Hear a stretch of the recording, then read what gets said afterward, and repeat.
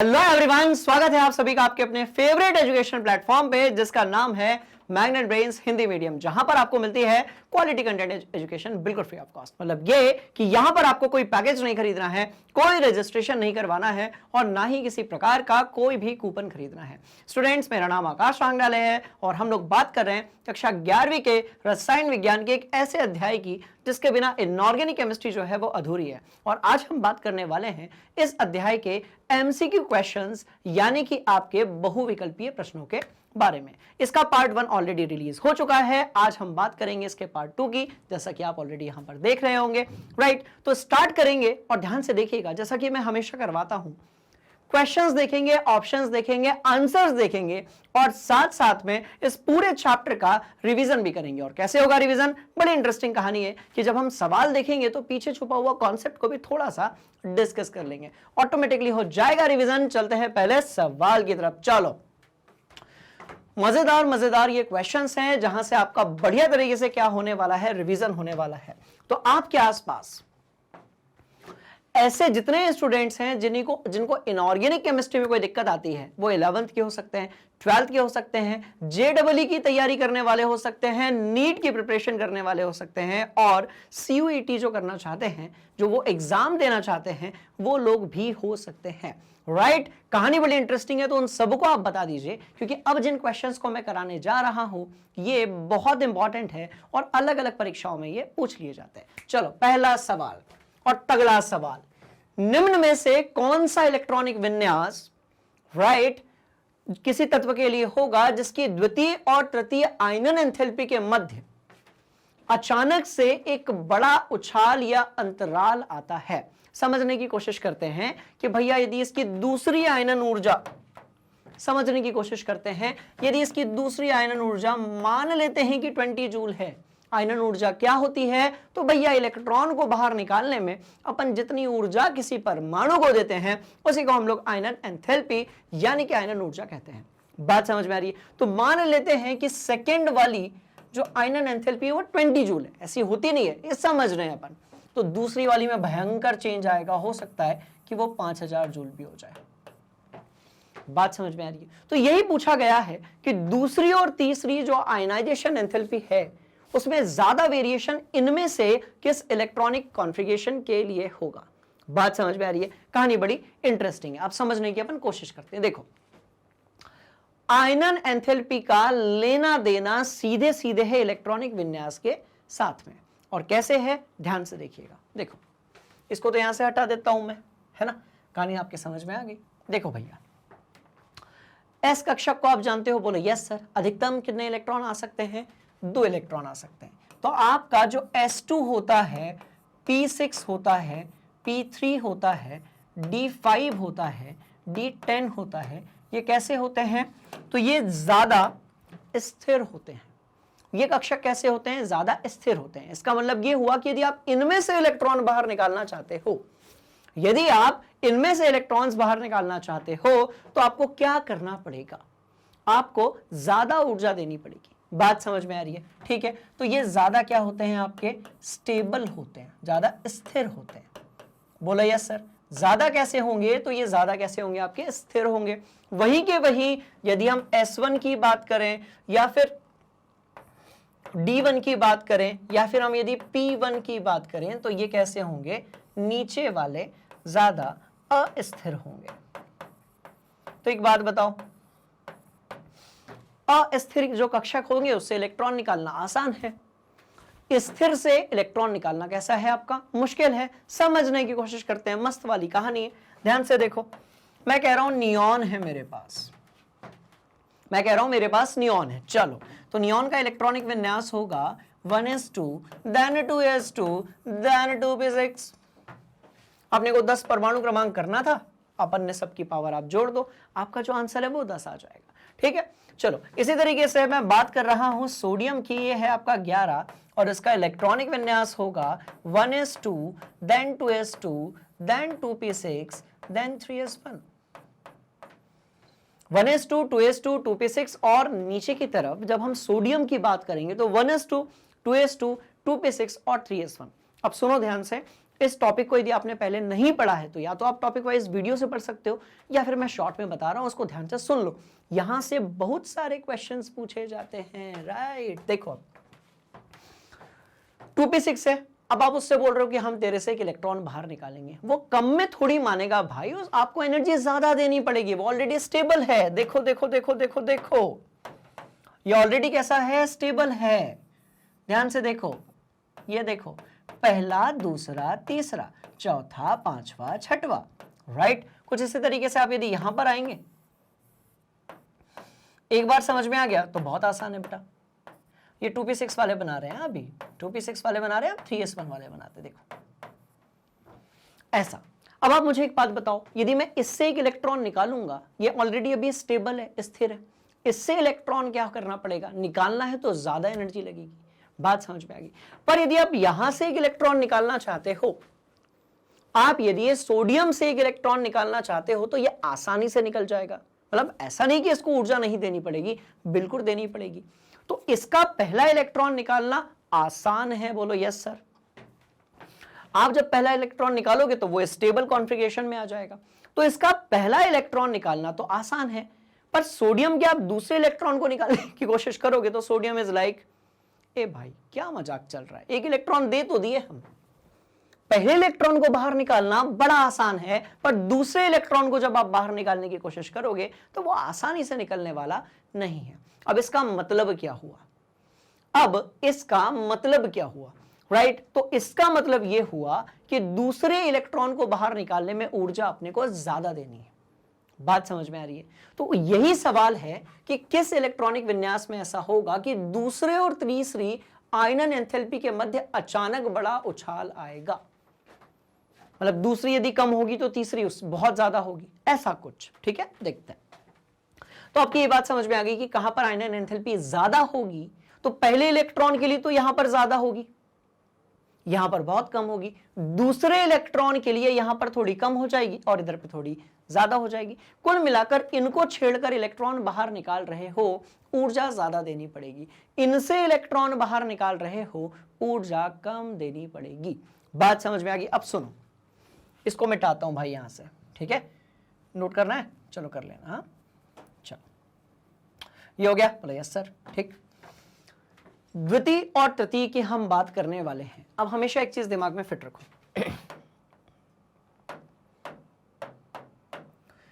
ये जो है 1s2, 2s2, 2p6 and 3s1, तो ये बात हो रही है किसकी, सोडियम की बात हो रही है।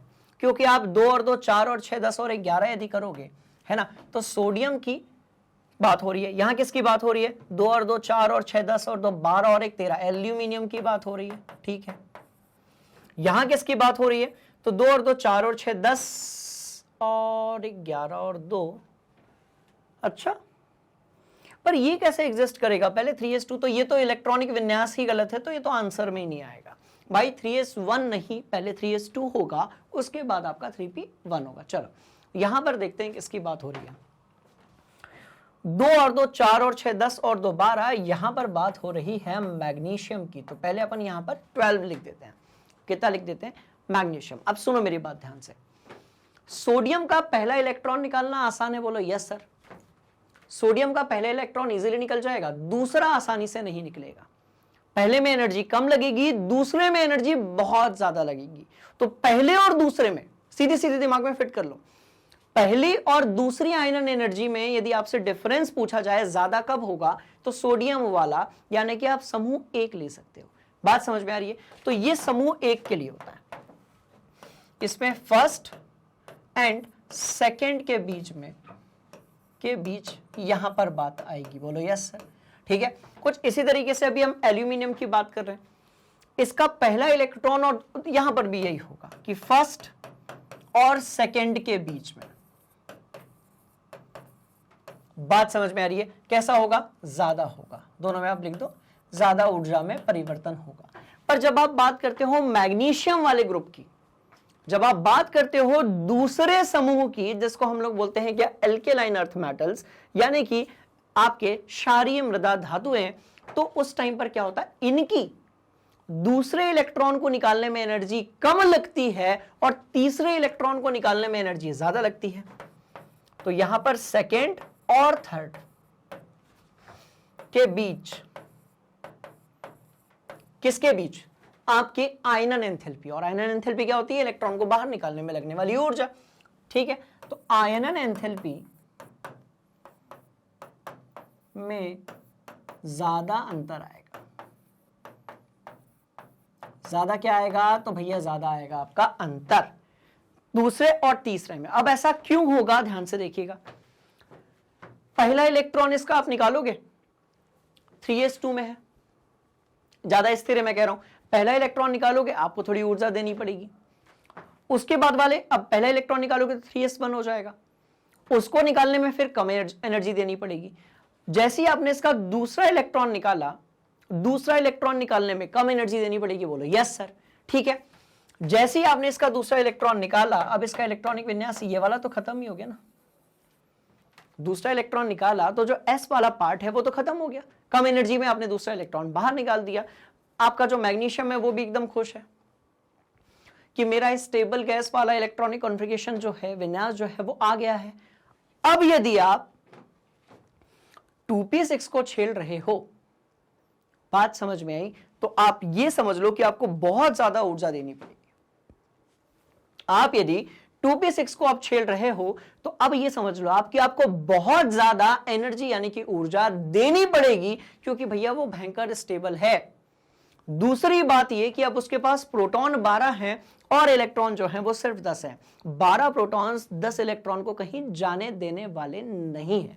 मतलब आप यदि अब इलेक्ट्रॉन बाहर निकालोगे, तीसरा, दो आप निकाल चुके हो, तीसरा इलेक्ट्रॉन यदि आप बाहर निकालोगे, आपको एनर्जी बहुत ज्यादा देनी पड़ेगी। मतलब ये कि इसकी जो दूसरी होगी वो कम होगी। क्या कम होगी? आयनन एंथैल्पी दूसरी कम होगी और थर्ड की बहुत ज्यादा होगी। और थर्ड की क्या होगी? तो भैया बहुत ज्यादा होगी। क्या बहुत ज्यादा होगी? आपकी आयनन एंथैल्पी। That's all. पहले वाली की तो कम होगी, तीसरे वाली की बहुत ज्यादा आपकी क्या होगी? आयनन एंथैल्पी होगी। बात खत्म। बात समझ में आ रही है? तो आंसर आपका क्या होगा? घ होना चाहिए। एक बार अपन क्रॉस चेक कर लेते हैं, ठीक है। तो स्टूडेंट्स एक चीज ध्यान रखें, लंबा टॉपिक है थोड़ा सा, इसमें थोड़ा क्वेश्चन कंफ्यूजिंग हो सकता है, पर यदि आपको ये कॉन्सेप्ट क्लियर है तो आप आयनन एंथैल्पी वाले क्वेश्चन में ना भैया गर्दा उड़ा दोगे। बात समझ में आ रही है? चलेंगे अगले सवाल की तरफ, ठीक है। चलो अब नोट करो, चलो hurry up hurry up hurry up hurry up hurry up, ठीक है। चलो आगे बढ़ेंगे बेटा। इन सब की ऊर्जाओं का क्रम क्या होगा? ठीक है, इन सब की जो ऊर्जाएं होंगी उनका क्रम क्या होगा? ऊर्जा मतलब सीधे सीधे लेना देना स्थिरता से है। कैसे है? ध्यान से देखिएगा। मैं लिख रहा हूं यहां पर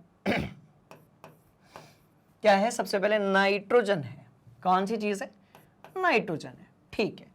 N3 माइनस, फिर मैं लिख रहा हूं O2 माइनस, फिर मैं लिख रहा हूं F माइनस, फिर मैं लिख रहा हूं Na प्लस। चलो 3 माइनस, 2 माइनस, F माइनस और Na प्लस, इन सब के पास में हम इलेक्ट्रॉन एंड प्रोटॉनों की संख्या देख लेते हैं। चलो भैया, तो नंबर ऑफ प्रोटॉन्स हम यहां लिख देते हैं, नंबर ऑफ इलेक्ट्रॉन्स हम यहां पर लिख देते हैं। चलो प्रोटॉन कितने हैं? 7 होंगे, 8 होंगे, 9 होंगे और 11 होंगे। भैया ऐसा है, जो परमाणु क्रमांक है ना वही होगा आपके प्रोटॉनों की संख्या। और यदि हम इलेक्ट्रॉनों की बात करेंगे तो इसके पास भी 10 है, 10 है, 10 है और इसके पास भी 10 है। अब ध्यान से देखो, सबसे ज्यादा स्टेबल आयन कौन सा होगा? यहां पर सोडियम के 11 प्रोटॉन, सोडियम के 11 प्रोटॉन 10 इलेक्ट्रॉनों को अपनी तरफ खींचकर बैठे हुए हैं। सोडियम के 11 प्रोटॉन 10 इलेक्ट्रॉनों को अपनी तरफ खींच के बैठे हुए हैं। इसका मतलब ये कि ये तो थोड़ा स्टेबल है। नाइट्रोजन का क्या? उसके आयन का क्या है? उसके जो 7 प्रोटॉन हैं वो 10 इलेक्ट्रॉन को अपनी तरफ खींचकर बैठे हुए हैं। यहां पर इसके 7 प्रोटॉन 10 इलेक्ट्रॉन को होल्ड कर रहे हैं। क्या अच्छे से कर पाएंगे? बड़ा मुश्किल है। बात समझ में आ रही है? तो क्या होगा? इसकी जो स्थिरता है, इसकी जो स्थिरता है, स्थिरता वो कैसी होगी? आपकी कम होगी। अब यदि इसकी स्थिरता कम होगी, राइट, तो इसका मतलब यह हुआ कि इसकी ऊर्जा जो है वो कैसी होगी, आपकी ज्यादा होगी। तो स्थिरता यदि कम है तो ऊर्जा बोले तो क्या, ऊर्जा बोले तो एनर्जी। बात समझ में आई क्या? यस सर, बोलो। इसकी जो ऊर्जा होगी वो कैसी होगी, आपकी ज्यादा। तो भैया ऐसा है, कहानी बड़ी सिंपल है कि सबसे पहले आएगा आपका ये, फिर आपका आएगा ये, फिर आपका ये आएगा। तो सबसे ज्यादा ऊर्जा किसकी होगी, नाइट्रोजन के आयन की होगी, राइट। और सबसे कम ऊर्जा किसकी होगी, सोडियम के आयन की होगी। यदि ऐसा कहीं पर है तो वही अपना आंसर होगा। ये दोनों नहीं हो सकते, नाइट्रोजन नहीं है इसमें, इन दोनों में से एक होगा, सोडियम लास्ट में, नाइट्रोजन लो, ये होगा आपका आंसर। तो ऐसा है कि रटना नहीं है, बस आपको थोड़ा सा कॉमन सेंस यूज करना है। आपको ये दिमाग लगाना है कि क्या पॉजिटिव है, क्या नेगेटिव है, कितने प्रोटॉन है और कितने इलेक्ट्रॉन है। ये तो आप कर ही लोगे। यदि आपने ऐसा कर लिया तो कॉन्सेप्ट सीधे सीधे दिमाग के अंदर फिट हो जाएगा। बात समझ में आ रही है? प्रोटॉनों की संख्या, इलेक्ट्रॉनों की संख्या और इलेक्ट्रॉनिक विन्यास यदि आपको क्लियर है तो कहानी बड़ी सिंपल है। बात समझ में आ रही है? बढ़ रहे हैं आगे कुछ धमाकेदार करने, जैसे कि क्रॉस चेक। आंसर बिल्कुल सही है। हम चल रहे हैं अगले सवाल की तरफ और बड़ा इंटरेस्टिंग वो क्वेश्चन होने वाला है। चलो, आवर्त सारणी में 16वां परमाणु क्रमांक वाला तत्व किस वर्ग में स्थित होगा? भाई ये 16वें ही वर्ग में होगा। और ऐसा क्यों होगा, ध्यान से सुनो मैं क्या कह रहा हूं, इंटरेस्टिंग कहानी। पीरियोडिक टेबल जानते हो? बोलो यस सर। ठीक है, चलो बनाते हैं। हाइड्रोजन, यहां पर कौन है, हीलियम। इधर पे कौन था, लिथियम। पड़ोस में कौन है, बेरिलियम, राइट।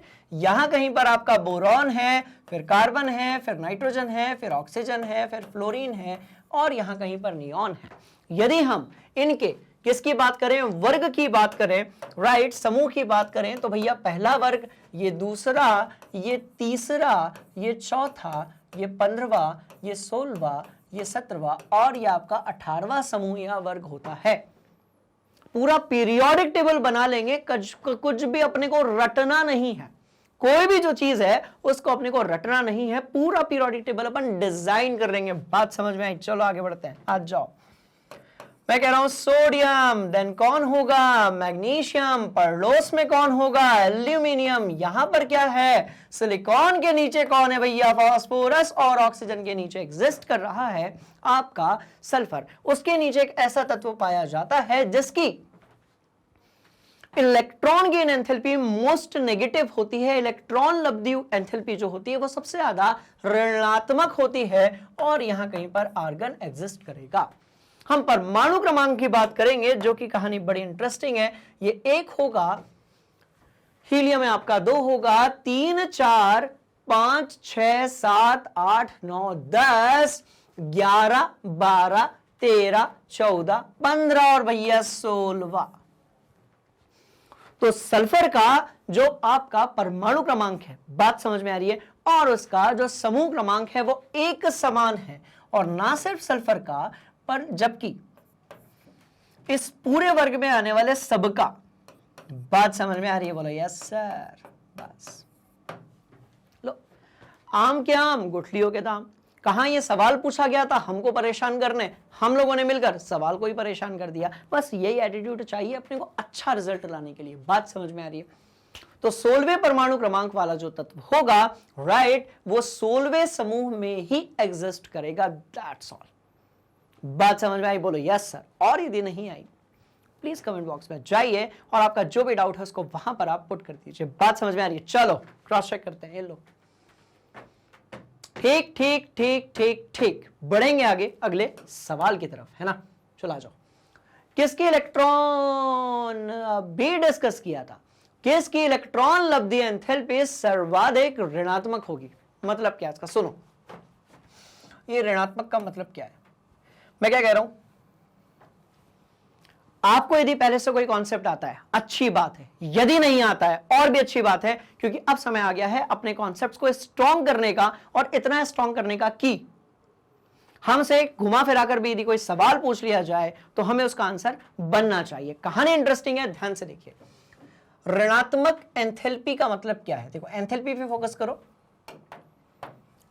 एंथैल्पी पे फोकस करो बेटा, ठीक है, एंथैल्पी पे फोकस करो और ऋणात्मक पे फोकस करो। देखो भाई, हमको नहीं मतलब 11th की सिलेबस में क्या दिया हुआ है। फिलहाल में हम जब कक्षा 9 और 10 में हुए थे ना कभी तो 9th और 10th में, तब अपन ने ये देखा था ऊर्जा बाहर निकलेगी तो नेगेटिव करेंगे उसको कंसीडर, ऊर्जा यदि दोगे तो पॉजिटिव करेंगे। या दूसरे शब्दों में हम ये कहते हैं कि यदि ऊर्जा बाहर निकल रही है तो इसका मतलब एक्सोथर्मिक है, यदि ऊर्जा आप दे रहे हो तो इसका मतलब एंडोथर्मिक है। बात समझ में आई? बोलो यस सर। ठीक, तो क्या होता है कि जब इन तत्वों को इलेक्ट्रॉन दिखाया जाता है, सारे के सारे एक तो हेलोजन है, एक इलेक्ट्रॉन के लिए तड़प रहे हैं, लिखो इसको अपनी कॉपी में, सारे के सारे इलेक्ट्रॉन्स सारे के सारे आपके जो तत्व हैं वो कैसे हैं? आपके हेलोजन है, क्लोरीन है, ब्रोमीन है, आयोडीन है और फ्लोरीन है, और सब जो है एक इलेक्ट्रॉन के लिए तड़प रहे हैं। क्यों तड़प रहे हैं? क्योंकि भैया इनका अंतिम कक्षा में 7 इलेक्ट्रॉन है, क्योंकि इन सभी की अंतिम कक्षा में 7 इलेक्ट्रॉन है और अष्टक पूरा करने के लिए इन्हें अपने संयोजी इलेक्ट्रॉनों की संख्या को 8 करना है, मतलब इनको 1 इलेक्ट्रॉन की जरूरत है। तो होता क्या है, ध्यान से देखना। अब यदि मैं कहता हूं कि फ्लोरीन में मैंने 1 इलेक्ट्रॉन जोड़ा तो फ्लोरीन तो खुश हो गया, और फ्लोरीन जो है खुशी के मारे उसने बना लिया एनायन, फ्लोरीन का आयन बना लिया, और बाबूजी साथ में निकलेगी ऊर्जा। तो ये जो ऊर्जा बाहर निकल रही है, राइट, ये जो ऊर्जा बाहर निकल रही है, अब ऊर्जा बाहर निकल रही है तो इसको अपन कैसा लेंगे? नेगेटिव लेंगे, और इसी ऊर्जा को हम बोलेंगे इलेक्ट्रॉन लब्धि ऊर्जा, और इससे एनर्जी को हम लोग क्या बोलेंगे? इलेक्ट्रॉन लब्धि ऊर्जा, इलेक्ट्रॉन गेन एंथैल्पी। बात समझ में आई? बोलो यस सर। तो ये हो गई आपकी इलेक्ट्रॉन लब्धि एंथैल्पी। यहां तक क्लियर है? अब क्या होगा, क्लोरीन भी यही खेल खेलेगा, ब्रोमीन भी यही खेलेगा और आयोडीन भी यही खेल खेलेगा। तो क्लोरीन में अपन ने एक इलेक्ट्रॉन को जोड़ा, इसने बनाया Cl नेगेटिव, और भैया साथ में फिर ऊर्जा निकली, तो ऊर्जा बाहर निकली तो ये भी नेगेटिव होगी। अब मेरी बात ध्यान से सुनो। तो हमसे पूछा गया है कि जैसे देखो, फ्लोरीन ने इलेक्ट्रॉन जोड़ा, एनर्जी निकाला, क्लोरीन ने इलेक्ट्रॉन जोड़ा, एनर्जी बाहर निकाला। बोलो यस सर। हमसे यह पूछा गया है कि यदि इन सब में सबसे ज्यादा एनर्जी कौन बाहर निकालेगा, इन सब में सबसे ज्यादा एनर्जी कौन बाहर निकालेगा, तो जो इलेक्ट्रॉन को पाकर सबसे ज्यादा स्थिर होगा, एकदम कंफर्टेबल होगा, वो क्या करेगा? राइट, वो ज्यादा एनर्जी को रिलीज करेगा। तो अब क्या है, रूल तो कहता है कि फ्लोरीन ज्यादा एनर्जी रिलीज करेगा, पर ऐसा नहीं होता। क्यों नहीं होता? देखो, फ्लोरीन का जो आकार है बाबू वो कैसा है? आकार कम है। बोलो यस सर। अरे आकार कैसा है भाई? आकार कम है यार। आकार कैसा है? कम है। फ्लोरीन का जो आकार है वो कैसा है आपका? छोटा है, आकार कम है। इसका आकार ज्यादा है, ये बड़ा है। तो यदि ये बड़ा है, देखो फ्लोरीन चाहता तो 1 इलेक्ट्रॉन लेना है, फ्लोरीन पूरी शिद्दत से 1 इलेक्ट्रॉन के जुगाड़ में लगा है, मेरे को कोई 1 इलेक्ट्रॉन दे दो, मैं अपना अष्टक पूरा करना चाहता हूं। फ्लोरीन चाहता है कि इलेक्ट्रॉन उसमें जुड़ जाए, पर फ्लोरीन का आकार कम है, इलेक्ट्रॉन आएगा भी तो फ्लोरीन को उतनी खुशी नहीं होगी। फ्लोरीन का आकार कम है, 1 इलेक्ट्रॉन के आने से इलेक्ट्रॉनों के बीच में प्रतिकर्षण बढ़ जाएगा।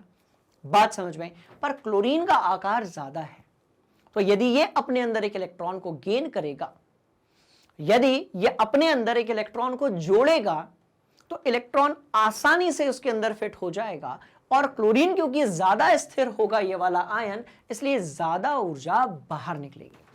क्योंकि ये ज्यादा स्थिर आयन होगा, इसलिए यहां से ज्यादा ऊर्जा बाहर निकलेगी। बात समझ में आ रही है? तो इसका मतलब ये कि सबसे ज्यादा ऊर्जा कौन बाहर निकालेगा? तो बाबू बाबू बाबू बाबू बाबू Cl नेगेटिव से कम निकालेगा फ्लोरीन, उससे कम निकालेगा ब्रोमीन, और उससे कम आयोडीन, और एनर्जी जो है वो बाहर निकालेगा। कब? जब वो 1 इलेक्ट्रॉन को गेन करके इस प्रकार के आयनों का निर्माण करेगा। बात समझ में आ रही है? बड़े इंटरेस्टिंग ये कहानी है, इसको अपनी कॉपी में नोट कर लो। तो आंसर क्या होगा? क्लोरीन या fluorine? Chlorine, fluorine, chlorine, fluorine. तो आंसर हमारा होगा क्लोरीन। रूल के हिसाब से फ्लोरीन होना चाहिए, पर अपवाद यहीं से तो पैदा होते हैं। ऐसा हुआ ही नहीं, क्लोरीन आंसर है। क्रॉस चेक करेंगे। आंसर बिल्कुल सही है। तो ये जितना कॉन्सेप्ट था, अभी हमने पिछले 3-4 सवालों में बहुत सारे कॉन्सेप्ट्स देखे हैं। आप इतने कॉन्सेप्ट्स को अपनी कॉपी में और दिमाग में फिट कर लीजिए, राइट। इसके बाद के जितने भी क्वेश्चंस होंगे वहां पर वो एप्लीकेबल होंगे, है ना। नोट करो, चलो हरी अप। कर लिया? बोला यस सर। आगे बढ़ेंगे भैया। सम इलेक्ट्रॉनिक स्पीसीज क्या होते हैं? ऐसी कोई भी दुनिया की दो चीजें या दो से ज्यादा चीजें जिनके पास में इलेक्ट्रॉनों की जो संख्या है वो एक समान होती है। जिनके पास जिनके पास जिनके पास जिनके पास जिनके पास जिनके पास इलेक्ट्रॉनों की संख्या समान होती है, जिनके पास इलेक्ट्रॉनों की जो संख्या है वो कैसी होती है? समान होती है। अरे मैं कह रहा हूं जिनके पास इलेक्ट्रॉनों की संख्या कैसी होती है? समान होती है। सबके इलेक्ट्रॉन निकालते हैं। चलो आओ आओ, खेल खेलते हैं वाला, ठीक है। मस्ती खेल है, ध्यान से देखना। क्या लिखा है? C2 लिखा है ना। कितने कार्बन? 2 कार्बन है। एक के पास कितना होता है? 6 इलेक्ट्रॉन। 2 के पास कितने होंगे? 12। 2 के पास कितने होंगे? 12 होंगे। बोलो यस सर। 12 होंगे और 2 इलेक्ट्रॉन आकर जुड़े हैं, 14 हो गए। चलो NO+, ठीक है, मतलब एक इलेक्ट्रॉन दोनों में से किसी एक से बाहर निकला। नाइट्रोजन के पास कितने इलेक्ट्रॉन होते हैं? 7। ऑक्सीजन के पास कितने होते हैं? 8। कुल कितने हुए? 15। कितने निकले बाहर? प्लस लगाए, एक बाहर निकला। कितने बचे? 14। खत्म। कार्बन के पास कितने होते हैं? 6। नाइट्रोजन के पास कितने होते हैं? 7। कुल कितने हुए? 13। एक आकर जुड़ा, -1 लगाए, कितना हो गया? 14। ऑक्सीजन कितने हैं? 2 हैं। एक के पास कितने? 8। 2 के पास कितने? 16। और 2 कैसे हो गए? बाहर निकल गए। कितने हो गए? 14। तो ये आंसर तो अपना सही है, ठीक है। चलो तो यार क नंबर का ही सही हो गया, तो नीचे जाने की जरूरत है या नहीं? क्रॉस चेक कर लेते हैं, कोई दिक्कत नहीं है। चलो आओ। कार्बन के पास 6, ऑक्सीजन के पास 8, कितने हो गए आपके? 14। चलो कार्बन के पास कितने हो गए? 6। ऑक्सीजन कितने हैं? 2। एक के पास कितने हुए? 8। 2 के पास कितने हुए? 16। और 6 जोड़ा, कितने हो गए? 22। खेल खत्म। सवाल ही नहीं पैदा होता। कार्बन के पास 6, ऑक्सीजन के पास 14। चलो नाइट्रोजन के पास 7, ऑक्सीजन के पास 8, 15। चलो खेल खत्म। समझ में आया? तो ऐसे वाले जो क्वेश्चंस होते हैं वो कॉम्पिटिटिव एग्जाम में बड़े फेवरेट क्वेश्चंस होते हैं। किसके? जो क्वेश्चन पेपर सेट करते हैं। बात समझ में आ रही है? करना क्या है? बड़ी सिंपल सी कहानी है। अपने को ध्यान देना है किस पर? कंसेप्ट पर। मैं क्या कह रहा हूं? और टॉपिक की समझ पर। अपने को ध्यान देना है भैया कॉन्सेप्ट पर और टॉपिक की समझ पर। बात समझ में आ रही है? ये जो आप बोलते हो ना कि सर वो मेरा फ्रेंड ज्यादा इंटेलिजेंट है, मैं हूं नहीं, उसका दिमाग ज्यादा चलता है, उसको ज्यादा समझ में आता है, मेरे को कम समझ में आता है। बात समझ में आ रही है? ऐसा कुछ नहीं होता है। यदि आपका कॉन्सेप्ट क्लियर है, यदि आपको टॉपिक की समझ है, आपको सारे क्वेश्चंस बहुत बढ़िया तरीके से बन जाएंगे। बात समझ में आ रही है? बोलो यस सर। चलो क्रॉस चेक करेंगे, बिल्कुल सही है, और चलेंगे अगले सवाल की तरफ। ठीक, सवाल को देखिए, ऑप्शंस को देखिए और कमेंट बॉक्स में प्लीज अपना आंसर दीजिए, फिर डिस्कस करते हैं कि सही क्या होगा और क्यों होगा। चलिए, तो इस तरीके से आप सबका आंसर आ गया होगा। बात हो रही है कि आयनन एंथैल्पी का जो सही क्रम है, आयनन एंथैल्पी का जो सही क्रम है वो कौन सा होगा? मतलब या तो बढ़ते हुए क्रम में होगा या फिर आपके घटते हुए क्रम में होगा। बात समझ में आ रही है? तो एक काम करते हैं, यहां आओ, चलो पड़ोस में आओ। मैं क्या कह रहा हूं भाई, जैसे जैसे आप नीचे की तरफ जाओगे आकार बढ़ेगा।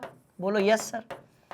तो यदि आकार बढ़ेगा तो इसका मतलब तो ये हुआ ना, यदि आपका आकार बढ़ेगा तो इसका मतलब ये हो गया कि आयनन एंथैल्पी कैसी हो जाएगी? कम हो जाएगी।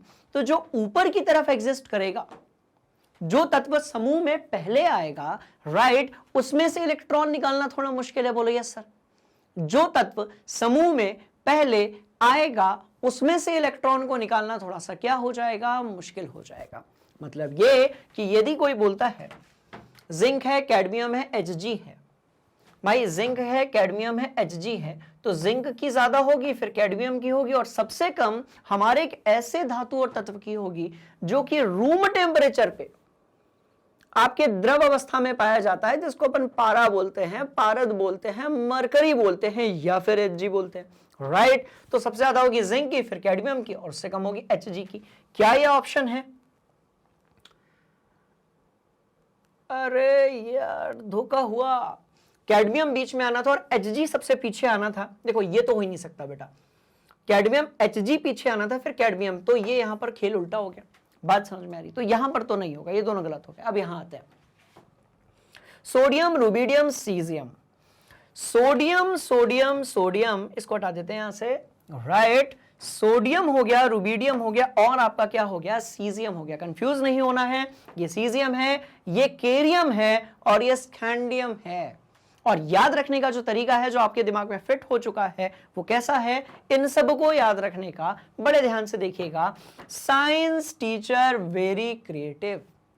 कौन साइंस टीचर? तो जो भी आपको स्कूल में, कोचिंग में, यूट्यूब पे, जहां पर भी आपके जो भी साइंस टीचर हैं वो बड़े क्रिएटिव होंगे, राइट। तो उन सबके लिए साइंस टीचर वेरी क्रिएटिव, मांगे fair copy. Science teacher very creative, मांगे फेयर कॉपी, नहीं है कंप्लीट, जाना है घर। कई बार ऐसा होता था, राइट, कि जब आपका होमवर्क कंप्लीट नहीं है तो, या फिर कई बार आप बोल देते हो कि अब होमवर्क कंप्लीट नहीं है, तो कई बार गुस्से में टीचर्स बोल देते कि अब घर जाओ, अभी क्लास में नहीं रहना, right. Science teacher very creative, मांगे फेयर कॉपी। देखो, साइंस टीचर वेरी क्रिएटिव, मांगे फेयर कॉपी, नहीं है कंप्लीट, जाना है घर। कुछ इसी तरीके से और दिमाग में फिट कर लेते हैं, हेलिना कब्र से फरार, या फिर बेटा मांगे कार स्कूटर, बाप रगड़े। एक और तरीका है बाप राजी, राजी वाजी नहीं, कार स्कूटर की डिमांड कर रहे हो, तरीके से रगड़े। बात समझ में आई? बोले यस सर। तो इस तरीके से अपन काम की बात पर आते हैं। चलो, तो सोडियम है, रुबिडियम है, सीजियम है, सबसे ज्यादा जो है बाबूजी वो सोडियम की होगी। बात ही खत्म हो गई। चलो, क्लियर है कहानी, सिंपल है कहानी, शानदार है कहानी, राइट। तो सोडियम से इलेक्ट्रॉन निकालना मुश्किल है, रुबिडियम जल्दी निकाल देगा, और सीजियम जो है वो तो निकाल ही देगा। बात समझ में आ रही है? तो ये हमारा आंसर होना चाहिए। हम इसको क्रॉस चेक करते हैं और बढ़ते हैं अगले सवाल की तरफ, है ना। चलो, निम्न तत्वों के प्रथम आयनन विभव का सही क्रम क्या होगा? तो ध्यान से देखो, कायदे के हिसाब से तो ये ऐसा होना चाहिए, कायदे के हिसाब से। पर क्या होता है, इनऑर्गेनिक केमिस्ट्री में, जिसको आप लोग अकार्बनिक रसायन कहते हो, इसमें कई बार कायदा नहीं चलता है, रूल नहीं चलता है, बीच बीच में आ जाते हैं कुछ एक अपवाद, यानी कि एक्सेप्शंस। और ऐसा क्यों होता है? इसका कॉन्सेप्ट छुपा है इलेक्ट्रॉनिक विन्यास, यानी कि इलेक्ट्रॉनिक कॉन्फ़िगरेशन के अंदर। कैसे? देखो, रूल के हिसाब से बेरिलियम होना चाहिए, इससे ज्यादा बोरॉन होना चाहिए, इससे ज्यादा कार्बन होना चाहिए, इससे ज्यादा नाइट्रोजन होना चाहिए, और सबसे ज्यादा आपका ऑक्सीजन होना चाहिए। पर ऐसा नहीं होता। क्यों नहीं होता? क्योंकि आपका जो कौन है भाई, बेरिलियम है। किधर गया बेरिलियम? चल, इसके लास्ट में क्या होता है? देखो, इसके लास्ट में 1s2 होता है, और बोरॉन के लास्ट में 2p1 होता है। सॉरी, यहां पर आ जाएगा आपका 2s2, 2p1 होता है। कुछ इसी तरीके से यहां पर 2p3 होता है, इसमें आपका 2p2 होता है, और यहां पर आपका 2p4 होता है। लास्ट की बात कर रहे हैं।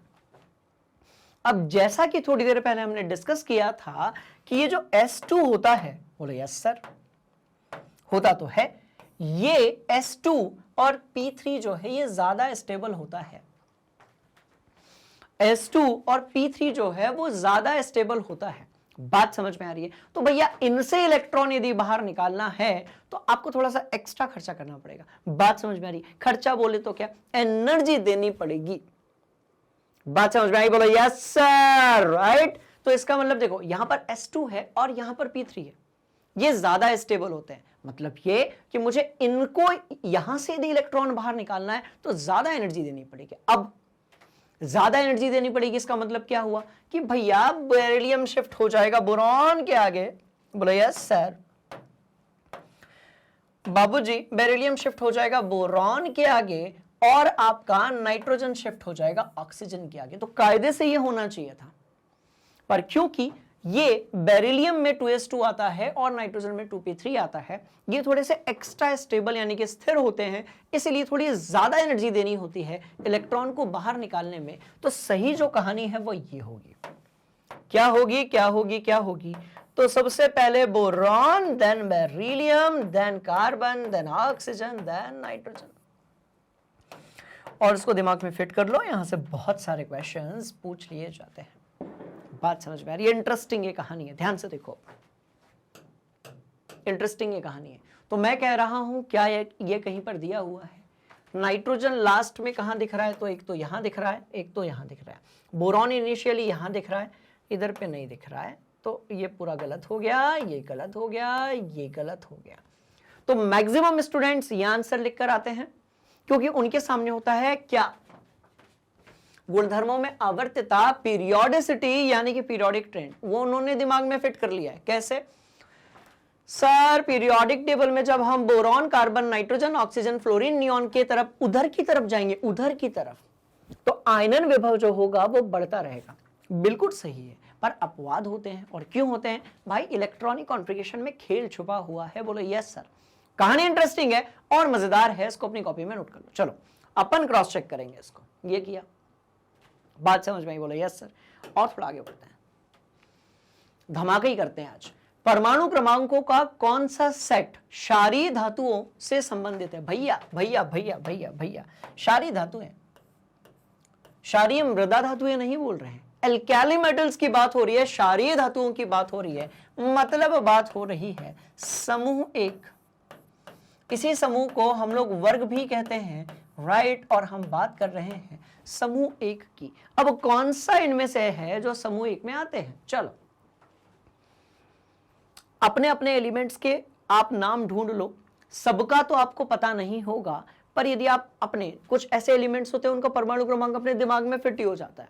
बात समझ में आ रही है? उनको ढूंढ लो, काम चल जाएगा। बात समझ में आई? किसी को मत बताना। देखो भाई मैग्नीशियम है, तू तो, ये तो मैग्नीशियम है, और बेटा जी आप तो कैल्शियम हो ना, तो ये तो समूह 2 में आ गए। किस में आ गए? मैग्नीशियम कैल्शियम किस में आ गए भाई? सेकंड ग्रुप में आ गए। 9 बोले तो क्या है? 9 बोले तो फ्लोरीन है, 17 बोले तो क्लोरीन है, और 35 बोले तो ब्रोमीन है। तो भैया आप तो 17वें समूह में आ गए, तो आप दोनों तो हो ही नहीं सकते। क्या कहा था मैंने कि सवाल के साथ साथ ना सिर्फ उनका जवाब ढूंढेंगे, पर साथ में हम क्वेश्चंस की और कॉन्सेप्ट्स की क्या करते जाएंगे? रिवीजन भी करते जाएंगे। बात समझ में आ रही? देखो कितना तगड़ा सवाल है। हाँ थोड़ा और आगे बढ़ते हैं। 37 मेरे को पता नहीं, ये लिथियम है और ये अपना पोटेशियम है और यही अपना पहला समूह है, तो यही अपना सही आंसर होगा। 1 12 30 ये कोई सेट, देखो ये हाइड्रोजन है, ये मैग्नीशियम है, ये आपका जिंक है। भाई ये तो बड़ी खिचड़ी बनी हुई है। यहाँ पे धातु भी अधातु भी सब कुछ यहां पर दिया हुआ है। This is not countable, this is not countable. बात समझ में आई? तो इस तरीके से आंसर क्या होगा? क्या होगा आंसर? क्या कहते हो? तो आंसर होगा आपका ख। बात समझ में आई? क्योंकि हम बात कर रहे हैं किसकी? क्षारीय धातुएं की। ऐसी धातुएं जो जिनके ऑक्साइड जो होते हैं वो भास्मिक होते हैं, यानी कि क्षारकीय होते हैं, जो क्षार का निर्माण करते हैं। बात समझ में आ रही है? इंटरेस्टिंग कहानी। तो आंसर चेक करेंगे। चलो बिल्कुल सही है, बढ़ेंगे आगे, उड़ाएंगे गर्दा। निम्न में से कौन सा सबसे छोटा आयन है? भैया ऐसा है, आयन का जो आकार होता है, क्या कह रहा हूं, आयन का आकार जो होता है ना, आयन का जो आकार होता है वो इलेक्ट्रॉन और प्रोटॉनों की संख्या पे डिपेंड करता है। Number of electrons and number of protons पर डिपेंड करता है। डिपेंड करता है किस पर? Number of electrons and number of protons. सबके निकाल लो, पता चल जाएगा। ठीक है, पहले नोट करो। चलो कर लिया? ठीक है, चलो अब सबके निकाल लेते हैं। Number of electrons, number of protons. Protons क्या होते हैं? परमाणु संख्या को हम लोग प्रोटॉन्स कहते हैं, राइट? चलो आ जाओ, खेल खेलते हैं। मैं कह रहा हूं सोडियम है, उसके बाद एल्यूमिनियम है, उसके बाद आपका मैग्नीशियम है, राइट, और यहां कहीं पर सिलिकॉन है, ये सिलिकॉन 4+। पहले बात करेंगे प्रोटॉनों की संख्या की, उसके बाद हम चलेंगे इलेक्ट्रॉनों की संख्या की तरफ। प्रोटॉनों की संख्या को हम नंबर ऑफ प्रोटॉन से रिप्रेजेंट करेंगे। इसके होंगे 11, इसके होंगे 13, इसके होंगे 12, इसके होंगे 14। सब दिमाग के अंदर फिट हो चुका है। बढ़ते हैं इलेक्ट्रॉनों की संख्या की तरफ। एक इलेक्ट्रॉन दे दिया 10, 3 दे दिए 10, 2 दे दिए 10, आय है। सभी के सभी जो है वो आइसो इलेक्ट्रॉनिक है, मतलब ये कि सबके पास जो इलेक्ट्रॉनों की संख्या है वो कैसी है, एक समान। बोलो यस सर, ठीक। हाँ भाई, कौन छोटा होगा, जिसके पास प्रोटॉन ज्यादा होंगे, जिसके पास प्रोटॉन ज्यादा होंगे। क्यों? अरे भैया प्रोटॉन ज्यादा होंगे, सबके पास इलेक्ट्रॉन एक जैसे। 14 प्रोटॉन मिलकर 10 इलेक्ट्रॉन को खींच रहे हैं, 11 प्रोटॉन मिलकर 10 इलेक्ट्रॉन को खींच रहे हैं। 14 प्रोटॉन जब मिलकर 10 इलेक्ट्रॉन को खींचेंगे, क्या ताकत से खींचेंगे। 14 प्रोटॉन्स यदि 10 इलेक्ट्रॉन्स को खींच रहे हैं, क्या ताकत से खींचेंगे। इलेक्ट्रॉन बिल्कुल जो है झूमता हुआ किसकी तरफ जाने की कोशिश करेगा, नाभिक की तरफ, और आकार कैसा हो जाएगा, कम हो जाएगा, छोटा हो जाएगा। तो ये वाला जो है ना, ये वाला, ये वाला, ये वाला, ये वाला सबसे छोटा। मैं क्या कह रहा हूं, ये वाला जो होगा ये कैसा होगा, सबसे छोटा होगा। बात समझ में आ रही है। और ये सबसे बड़का होगा। बोलो यस सर। और हम चेक भी करेंगे क्योंकि अपने कॉन्सेप्ट तगड़े हैं यार। चलो बिल्कुल सही है। और मैं फिर कह रहा हूं, आपको पहले से आता है, बहुत अच्छी बात है, रिवीजन कर लीजिए। और यदि आपको पहले से नहीं आता है तो ये और भी अच्छी बात है, क्योंकि सारे कॉन्सेप्ट सवालों के साथ साथ आपके दिमाग के अंदर होने वाले हैं फिट। बात समझ में आ रही है। बढ़ेंगे अगले सवाल की तरफ। चलो आ जाओ स्टूडेंट्स, मजा आ रहा है या फिर नहीं आ रहा है क्वेश्चंस को सॉल्व करने में, प्लीज मुझे कमेंट बॉक्स में बताइएगा। यदि आपके समझ में आ रहा है, सब कुछ बन रहा है, वेल एंड गुड, बताने की कोई जरूरत नहीं है। पर यदि आपके समझ में नहीं आ रहा है, बात समझ में आई, और यदि आपको कॉम्प्लेक्स लग रहा है, कोई भी दिक्कत आ रही है, प्लीज आप कमेंट बॉक्स में जाइए और अपना जो भी प्रॉब्लम है उसको वहां लिख दीजिए। क्योंकि हम चाहते हैं कि यदि आप पढ़ रहे हैं तो आपका रिजल्ट अच्छा आना ही चाहिए। ये सिर्फ ऐसा नहीं है कि हमने एक वीडियो बना दिया, यहां पर डाल दिया, उसके बाद फिर भैया आप किसके भरोसे आपको पता ही नहीं है। ऐसा नहीं है बेटा। बात समझ में आ रही है। अपन पढ़ रहे हैं तो अपन रिजल्ट लाकर दिखाएंगे। बात समझ में आई। चलेंगे अगले सवाल की तरफ। परमाणु क्रमांक 51 वाला तत्व कहां पर एग्जिस्ट करेगा, तो देखो 51 परमाणु क्रमांक 51 वाला कहां पर एग्जिस्ट करेगा, तो दो ऑप्शन है। या तो अपन इलेक्ट्रॉनिक विन्यास से रख लें, तो अपना इसका इलेक्ट्रॉनिक विन्यास निकालना 1s2 2s2 3s2 वाला, you will come to know कि ये पी ब्लॉक में आता है। ठीक है, अभी मैंने मेरी प्रैक्टिस से तो मैं देख रहा हूं इसको, तो ये कहां पर आता है आपके पी ब्लॉक में। पर कैसे निकालोगे, इलेक्ट्रॉनिक विन्यास से। तो क्योंकि आपको इलेक्ट्रॉनिक विन्यास क्लियर है तो अपन वो नहीं निकाल रहे, अपन बढ़ रहे हैं अगले सवाल की तरफ। ठीक है, नोट कर लो। चलो चलो चलो चलो, मस्त वाली कहानी है। इलेक्ट्रॉनिक विन्यास से दूर भागे हम लोग, पर इलेक्ट्रॉनिक विन्यास और हमारा तगड़ा याराना है। मतलब ये कि सवाल ही इलेक्ट्रॉनिक विन्यास पे आ गया। अच्छा बेटा रुको जरा, हाँ ठीक है रुको, इलेक्ट्रॉनिक विन्यास के सवाल को अपन डिकोड करेंगे। चलो आ जाओ। मैं कह रहा हूं भाई 1s2, देन आपका 2s2, उसके बाद है आपका 2p6। 2p6 के बाद मैं बात कर रहा हूं 3s2 की, मैं और बात कर रहा हूं 3p6 की, मैं और बात कर रहा हूं 3d3 की, और फिर मैं बात कर रहा हूं 4s2 की। राइट, तो अपने को फोकस करना है इन दोनों पर। हमें फोकस करना है इन दोनों पर। इधर वाले जो हैं उस पर अपने को ध्यान देने की कोनो जरूरत नहीं है। बात समझ में आ रही है। इंटरेस्टिंग कहानी। चलो इस पर अपन ध्यान क्यों नहीं देंगे भाई, ये ऑलरेडी कंप्लीटेड है। और यदि मैं इसको ऐड करूं तो ये 18 हो रहा होगा, 2 और 2 4 और 6 10 और 2 12 और 6 18। तो इसको अपन ऐसे भी लिख सकते हैं ए आर, और ए आर के बाद हम क्या लिख सकते हैं, तो भैया सिंपल सी कहानी है, हम लिख सकते हैं 3d3 और हम लिख सकते हैं 4s2। बोलो यस सर। अरे यस सर बोलो, इंटरेस्टिंग बात है। बात समझ में आ रही है, निपटाई देंगे पूरा। 3d3 है और 4s2 है, 3d3 है और 4s2 है। अब यदि हम इसके किसकी बात करेंगे, परमाणु क्रमांक की बात कर लेते हैं। चलो आओ, हाँ मतलब परमाणु क्रमांक की बात कर लेते हैं। तो मैं कह रहा हूं भाई परमाणु क्रमांक कितना होगा, ध्यान से देखना। तो परमाणु क्रमांक हो जाएगा 2 और 2 4 और 6 10 और 2 12 और 6 18 और 3 21 और 2 23 ना। तो भैया परमाणु क्रमांक आपका 23 हो गया। अब कैल्शियम आपका परमाणु क्रमांक 20 होता है, ठीक है, कैल्शियम आपका 20 होता है। 21 22 23 से लेकर 30 तक जो परमाणु क्रमांक वाले होते हैं वो आपके डी ब्लॉक में आते हैं। बोलो यस सर। तो परमाणु क्रमांक यदि 23 हो गया, चलते हैं पीरियोडिक टेबल के पास में, सिंपल सी कहानी। लो, परमाणु क्रमांक यदि 23 हो गया तो 5वें समूह में ये आएगा, यानी कि ये डी ब्लॉक में आएगा, क्योंकि कैल्शियम यानी कि 20 परमाणु क्रमांक तो दूसरे समूह में आता है। बात समझ में आ रही है? तो यदि यहां पर वैनेडियम है आपका परमाणु क्रमांक जिसका 23 है, तो ये कौन से समूह में आएगा? तो भैया 5वें में आएगा। बात खत्म हो गई। चलो ठीक है जी, ठीक है जी। तो 5वें समूह में ही आएगा, पर मैं ऐसे नहीं टिक करूंगा इसको, हम इसको नहीं ऐसे टिक करेंगे। ये लो, बात समझ में आ गई। जहां कॉन्सेप्ट क्लियर हुए उसके बाद सवाल नहीं रहता, सवाल बन जाता है मजाक। बात समझ में आ रही है? बढ़िया से इसको अपनी कॉपी में नोट कर लो। चलो ठीक है। चलो एक और तरीका है 3D3, मतलब जब देखो 4s2 तो कैल्शियम तक हो गया। 3D3 का मतलब क्या हुआ कि जब D चालू होगा, जब D आपका चालू होगा तो तीसरे नंबर पे, तो तीसरा चौथा पांचवा समूह जो होता है वो D में तीसरे नंबर पे आ जाएगा। चलो और आगे बढ़ेंगे। किसकी प्रथम आयनन एंथैल्पी न्यूनतम होगी, सबसे कम?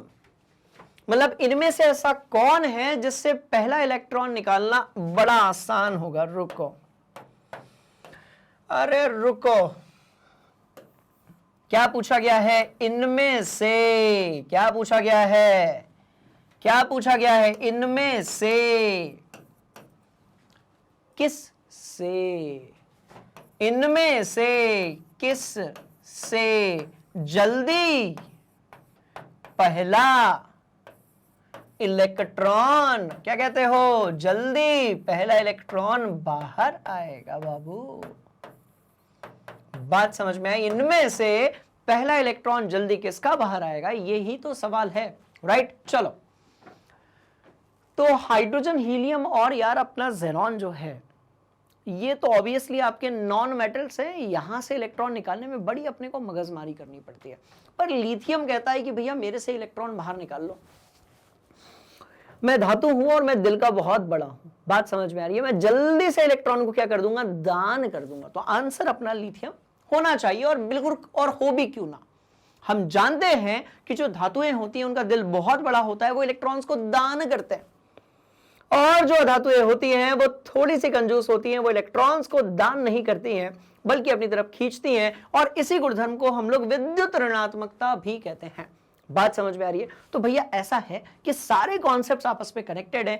एक बार जहां आपके समझ में आया, उसके बाद ये जो खेल है ये खेल नहीं रहता, ये बन जाता है मजाक। चलो, तो इस तरीके से आंसर अपना बिल्कुल सही है। हम चलेंगे अगले सवाल की तरफ, है ना। किसी आवर्त में तत्व की संयोजकता ऑक्सीजन के सापेक्ष, राइट, किसी आवर्त में तत्व की जो संयोजकता है वो ऑक्सीजन के सापेक्ष इनमें से कौन सी होगी? ऑप्शंस देखिए, मैं साइड हट जाता हूं और पहले कमेंट बॉक्स में अपना आंसर लिखिए, ठीक है। चलो, तो इस तरीके से आपको तत्व की संयोजकता बतानी है, किसके सापेक्ष बतानी है, राइट, ऑक्सीजन के सापेक्ष बतानी है। अब इसका मतलब क्या है, ध्यान से देखना। अब इसका मतलब ये हो गया भैया कि कौन ऑक्सीजन के साथ में कितने आबंध बनाता है। कैसे होगा? तो देखो, इसका तो सीधा सीधा आंसर है कि 1A से लेकर VI तक, VII तक। इसका मतलब क्या हुआ कि जो आपका पहला A समूह है वहां से लेकर आपका जो 7वां समूह है, तब एक एक करके क्या होगी आपकी तत्व की जो संयोजकता होगी ऑक्सीजन के सापेक्ष में, वो कैसी होगी, बढ़ती जाएगी। कैसे बढ़ती जाएगी समझने की अपन कोशिश करते हैं। भैया लिथियम की यदि आप बात करोगे तो लिथियम ऑक्सीजन, लिथियम कितने आबंध बनाता है? 1। बेरिलियम की यदि आप बात करोगे तो बेरिलियम कितने बनाता है? 2। कार्बन की यदि आप बात करोगे तो कार्बन कितने बनाता है? 4। इसका मतलब ये कि यदि हम यहां पर संयोजकता देखते हैं, यदि हम यहां पर संयोजकता देखते हैं, राइट, यदि हम यहां पर संयोजकता देखते हैं, बात समझ में आ रही है, तो क्या होगी संयोजकता?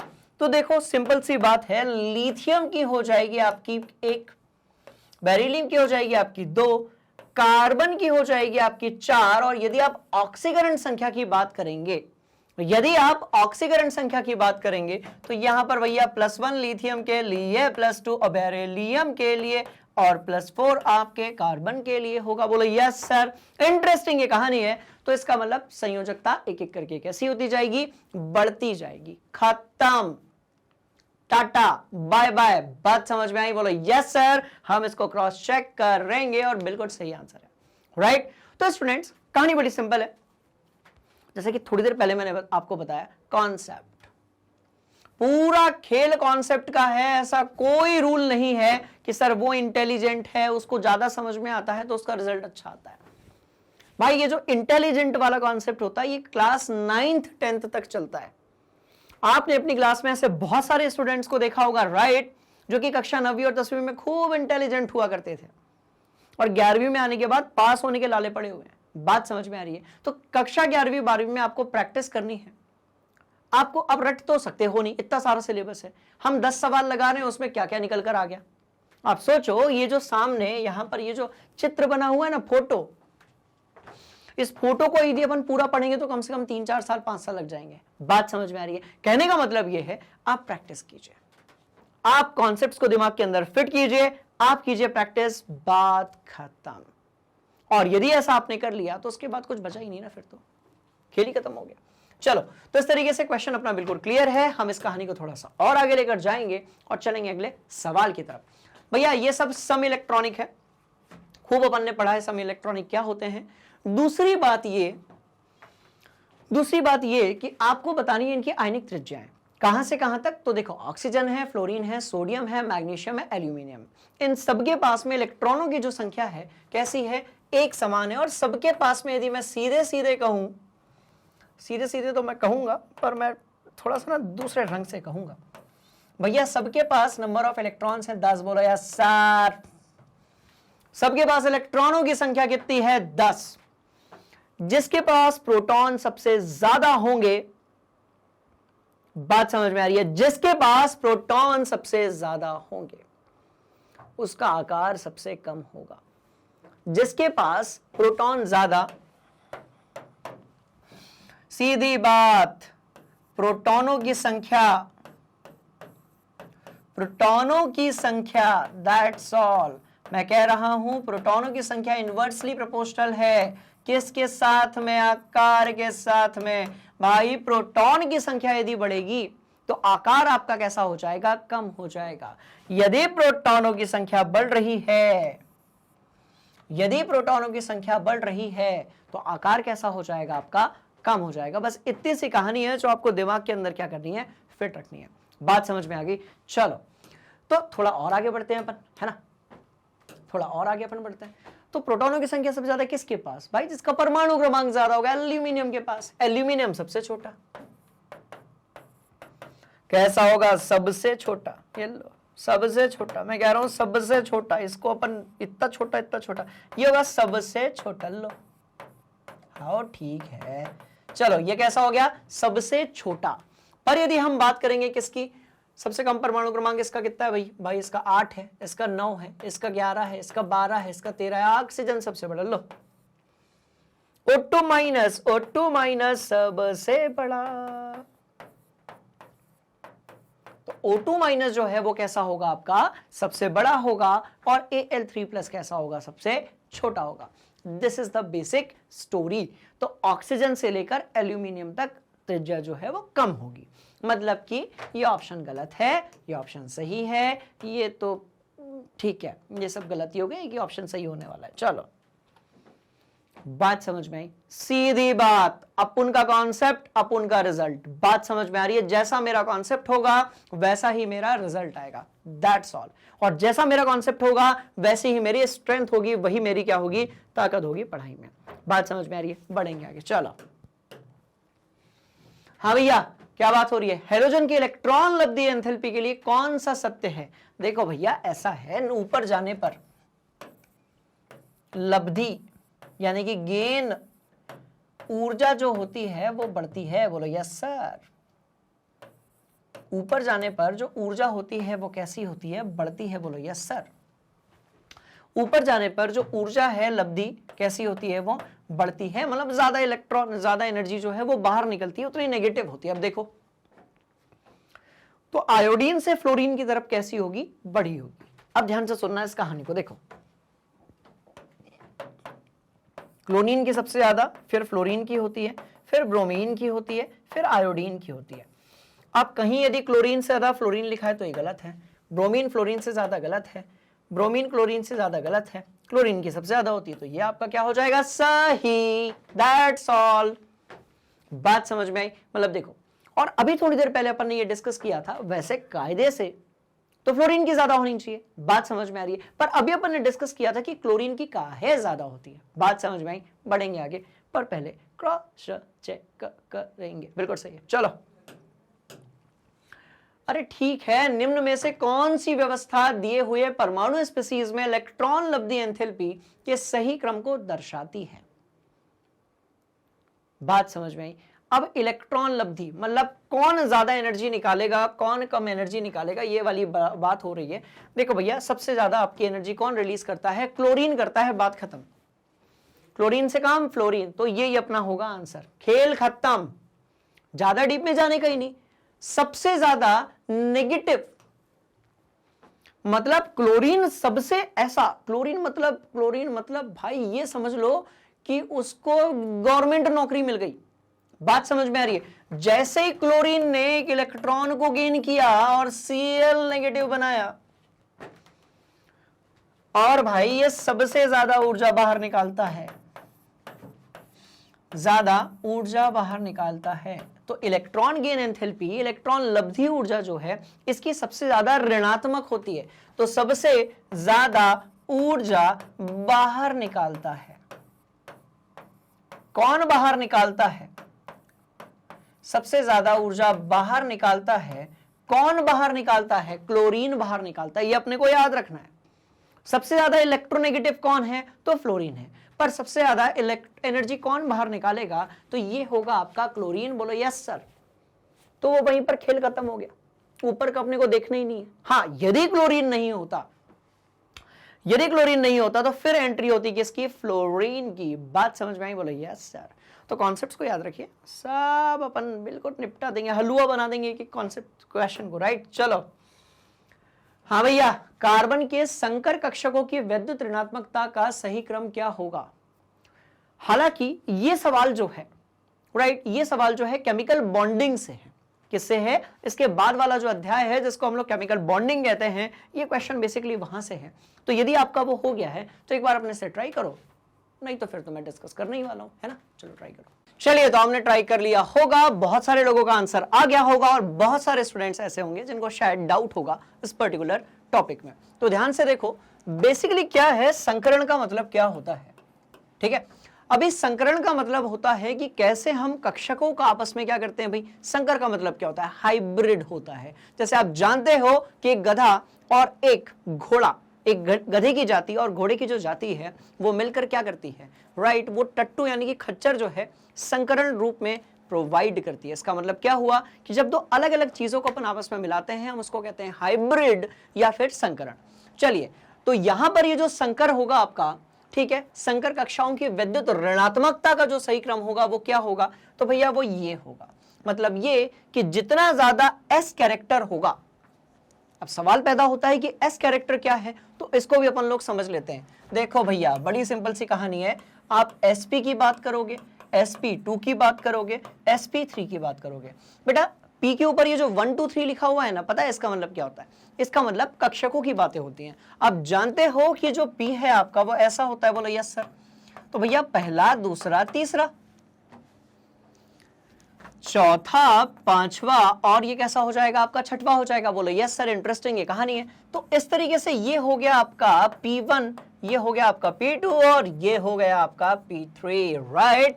तो यदि आप सभी कक्षकों की बातें करोगे आप उसको P3 कहोगे। यदि P2 लिखा हुआ है इसका मतलब आप सिर्फ दो कक्षकों की बात कर रहे हैं, और यदि कहीं पर P1 लिखा है इसका मतलब यह है कि आप सिर्फ एक ही कक्षक की बात कर रहे हैं, राइट? तो बड़ी इंटरेस्टिंग कहानी है। तो एस कैरेक्टर देखो, इसमें एस है और पी है।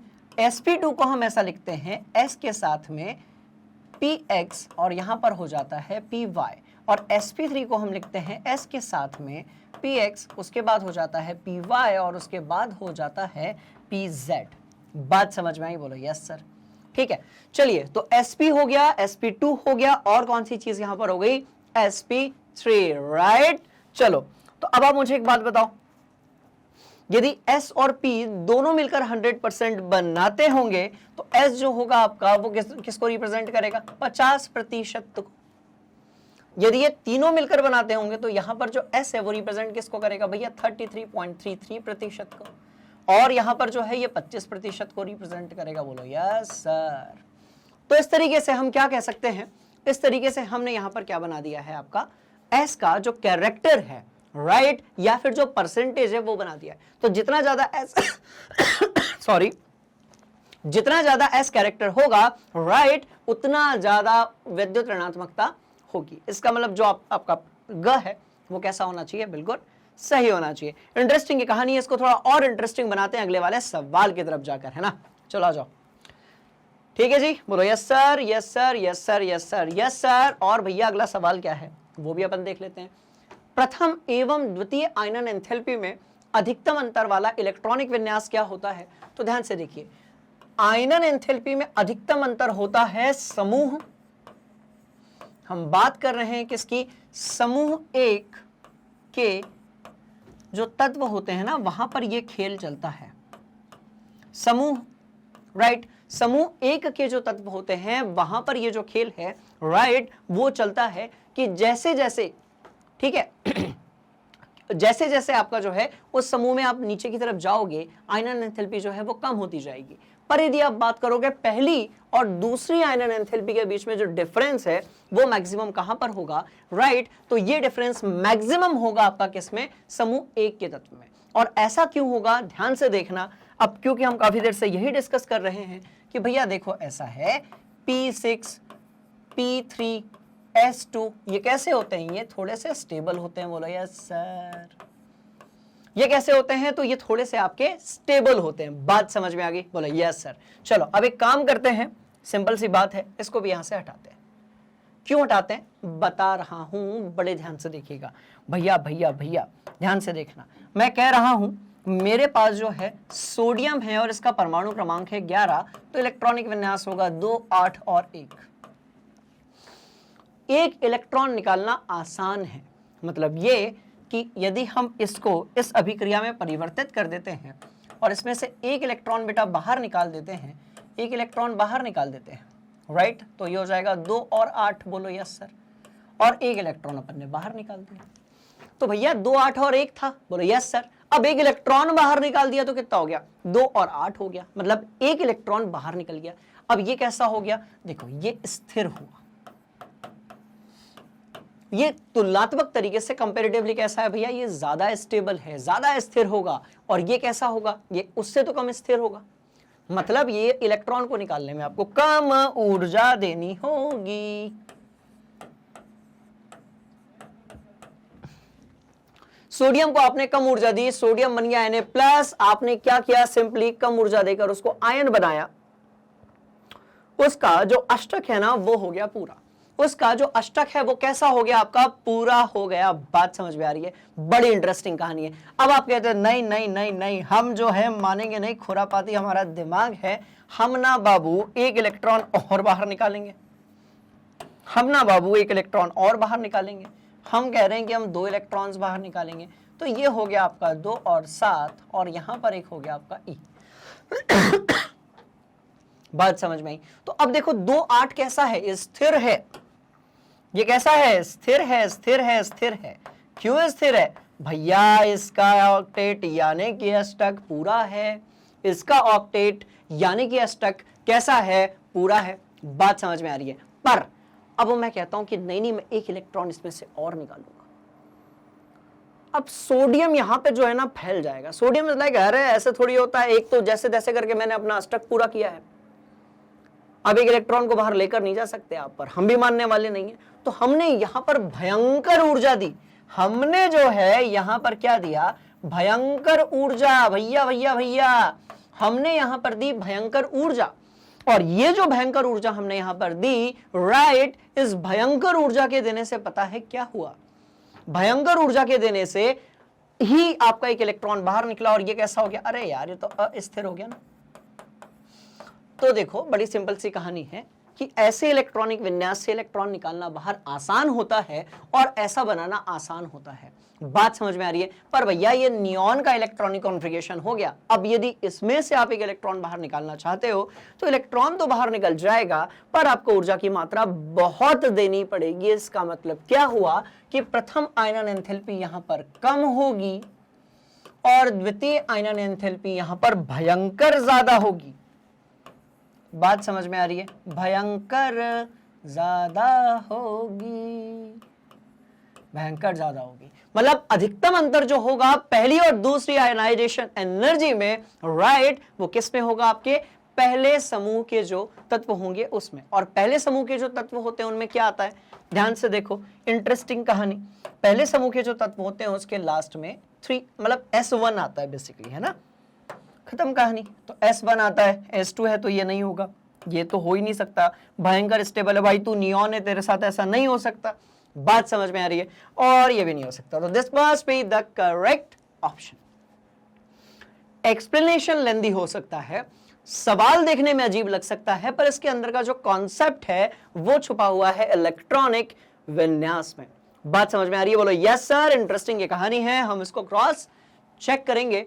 हमने किया है क्रॉस चेक और सब कुछ दिख रहा है बिल्कुल परफेक्ट। बात समझ में आई? बोलो यस सर। चलो नोट तो करो। अगला सवाल बहुत इंटरेस्टिंग है, आपका जो कॉन्सेप्ट है वो क्लियर होगा। निम्न के आकार में सही क्रम में निर्धारित कीजिए। आपको निम्न का जो आकार है वो सही क्रम में क्या करना है? निर्धारित करना है। क्या क्या है? कैल्शियम है, पोटेशियम है, कैल्शियम है, पोटेशियम है, आर्गन है, क्लोरीन है और सल्फर है। हाउ, ठीक है, चलो निपटा देंगे रे बाबा। कैसे? सबके हम क्या करेंगे? इलेक्ट्रॉन और प्रोटॉनों की संख्या बना लेंगे, है ना? तो हम स्टार्ट करते हैं कैल्शियम से। सॉरी, हम एक काम करते हैं, छोटे वाले से शुरू करते हैं। S2 माइनस, C नेगेटिव, इसके बाद Ar, इसके बाद पोटेशियम, इसके बाद कैल्शियम। बोलो यस सर। अब क्या होगा? ध्यान से देखना, यहां पर मैं कह रहा हूं नंबर ऑफ प्रोटॉन्स निकालेंगे हम दोनों के, और मैं कह रहा हूं नंबर ऑफ इलेक्ट्रॉन्स निकालेंगे हम दोनों के। ठीक है? तो नंबर ऑफ प्रोटॉन्स तो वही होंगे जो इनका क्या होता है? परमाणु क्रमांक होता है। और इनका जो परमाणु क्रमांक है, राइट, वो कितना होता है? तो भैया इसका 16 होगा, इसका 17 होगा, इसका 18 होगा, इसका 19 होगा, और इसका जो है वो क्या हो जाएगा? आपका 20 हो जाएगा। चलो अब एक काम करते हैं, प्रोटॉनों की संख्या लिखते हैं 16, 17, 18, 19 और यहां पर कितना हो गया? आपका 20 हो गया। पर यदि हम बात करेंगे किसकी? इलेक्ट्रॉनों की संख्या की, राइट, तो यहां पर कितने इलेक्ट्रॉन हो जाएंगे? 18, क्योंकि 16 में 2 इलेक्ट्रॉन जुड़े हैं। ऑन द सेम वे यहां पर भी जो है 18 हो जाएंगे। इसमें तो 18 है ही, यहां पर एक निकल गया है और यहां पर 2 इलेक्ट्रॉन्स बाहर आ गए हैं। बात समझ में आई? तो अब देखो, सब में इलेक्ट्रॉन एक समान है, पर प्रोटॉनों की जो संख्या है उसमें क्या है? परिवर्तन है। यहां सब में इलेक्ट्रॉन एक जैसा है, पर जो प्रोटॉनों की संख्या है वो कैसी है? उसमें है आपका परिवर्तन। बात समझ में आ रही है? चलो अब वही वाली बात हो गई कि भैया जिसके पास प्रोटॉन ज्यादा होंगे, इलेक्ट्रॉन कम होंगे, वो सबसे छोटू होगा। तो छोटू कौन होगा? वो भी अपन लिख लेते हैं। छोटू, छोटू कौन होगा? ध्यान से देखना, ज्यादा प्रोटॉन, ज्यादा प्रोटॉन और कम इलेक्ट्रॉन, ज्यादा प्रोटॉन और कम इलेक्ट्रॉन। बात समझ में आई? छोटू कौन होगा? छोटू होगा ज्यादा प्रोटॉन और कम इलेक्ट्रॉन वाला। बात समझ में आ रही है? बोलो यस सर। तो बाबू ज्यादा प्रोटॉन कहां पर है? ये और ये और ये और ये हो गया, खेल खत्म, राइट। तो ज्यादा प्रोटॉन और ये हो गया आपका ज्यादा इलेक्ट्रॉन। बात समझ में आ रही है? बड़ी इंटरेस्टिंग ये कहानी है, ये अपना आंसर होना चाहिए। सबसे छोटा और सबसे बड़का कौन होगा? तो बड़ी इंटरेस्टिंग ये कहानी है, सबसे बड़का जो है वो हमारा सल्फर होगा। तो सबसे छोटू कैल्शियम का आयन होगा और सबसे बड़ा जो है वो सल्फर का आयन होगा। इसको अपन क्रॉस चेक करते हैं। भाई कैल्शियम सल्फर एक ये नहीं हो सकता, एक ये हो सकता है, एक ये हो सकता है, ये नहीं हो सकता। सल्फर से छोटा होगा आपका क्लोरीन, तो सल्फर से छोटा क्लोरीन यहां भी है, यहां भी है, इससे छोटा होगा आपका Ar, ये वाला सही हो गया। चलो, नीचे से ऊपर जाने पर आकार में परिवर्तन होगा। बोलो यस सर, इंटरेस्टिंग ये कहानी है। तो ऐसे आकार में क्या होगा? परिवर्तन होगा। आपके जो कॉन्सेप्ट हैं वही आपकी स्ट्रेंथ है। पहले से यदि आपको आता है बहुत अच्छी बात है, रिवाइज कर लीजिए, और यदि आपको पहले से नहीं आता है जुड़े रहिए हमारे साथ, हम आपके सारे कॉन्सेप्ट्स क्या करेंगे? क्लियर करेंगे। बात समझ में? आंसर होगा आपका क। जी हाँ, आंसर क्या होगा आपका? क। पर जो ग है वो नहीं होगा।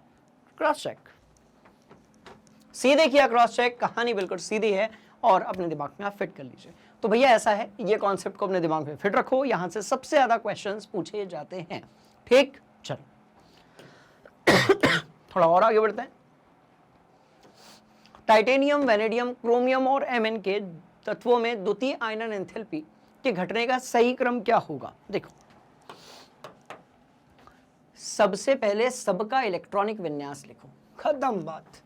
टाइटेनियम, वेनेडियम, क्रोमियम और Mn।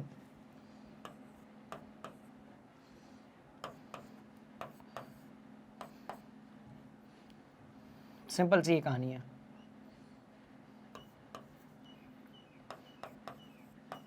ये हो गया आपका। ठीक है, चलो भाई, परमाणु क्रमांक कितना है? तो 22 है, 23 है, 24 है, और यहां पर कितना है? 25 है। बात समझ में आ गई? बोलो यस सर। ठीक, चलो इलेक्ट्रॉनिक विन्यास की यदि हम बात करें तो हम लास्ट के इलेक्ट्रॉनिक विन्यास लिखेंगे बेटा, राइट। तो यहां पर आ जाएगा आपका 4s2 and 3d2, 4s2 and 3d कितना? तो भैया यहां पर 3, राइट। और यहां पर आ जाएगा आपका 4s2 और यहां पर आ जाएगा 3d4। ऐसा होना चाहिए था पर ऐसा हुआ नहीं, क्योंकि d5 ज्यादा स्टेबल होता है d4 से, और Mn में क्या आ जाएगा? तो ये हो जाएगा आपका अगेन 4s2 एंड 3d5। बात समझ में आ गई? तो ये इन सभी तत्वों का क्या होगा? इलेक्ट्रॉनिक विन्यास होगा। पर हम बात कर रहे हैं द्वितीय आयनन एंथैल्पी की। चलो, द्वितीय आयनन एंथैल्पी का मतलब क्या हुआ? सबसे हम लोग दो इलेक्ट्रॉन बाहर निकाल रहे हैं बाबू, सबसे हम लोग दो इलेक्ट्रॉन जो है वो बाहर निकाल रहे हैं। बात समझ में आ रही है? चलो, तो ये बन जाएगा आपका Ti2 plus vanadium 2 plus chromium 2 plus Mn2 plus. बात समझ में आ रही है? चलिए, तो इस तरीके से क्या होगा, ध्यान से देखिएगा। तो अब ठीक है ना, अपन लिख लेते हैं, 2 इलेक्ट्रॉन यहां से निकले तो इसके पास बचे 4s2। चलो, यहां पर आपके 2 इलेक्ट्रॉन निकले तो इसके पास बचा आपका 4s2 एंड 3d1। बोलो यस सर। क्रोमियम में निकले 2 इलेक्ट्रॉन्स, तो ये हो गया आपका, यार एक मिनट क्यों, सर 2 इलेक्ट्रॉन्स निकल रहे हैं ना, तो एस से इलेक्ट्रॉन पहले निकलेंगे ना, डी से थोड़ी निकलेंगे। तो ये देखो, ये हो गया आपका 3d2। ये एक बड़ी कॉमन मिस्टेक है जो मैक्सिमम स्टूडेंट्स करते हैं, ये नहीं करना है आपको।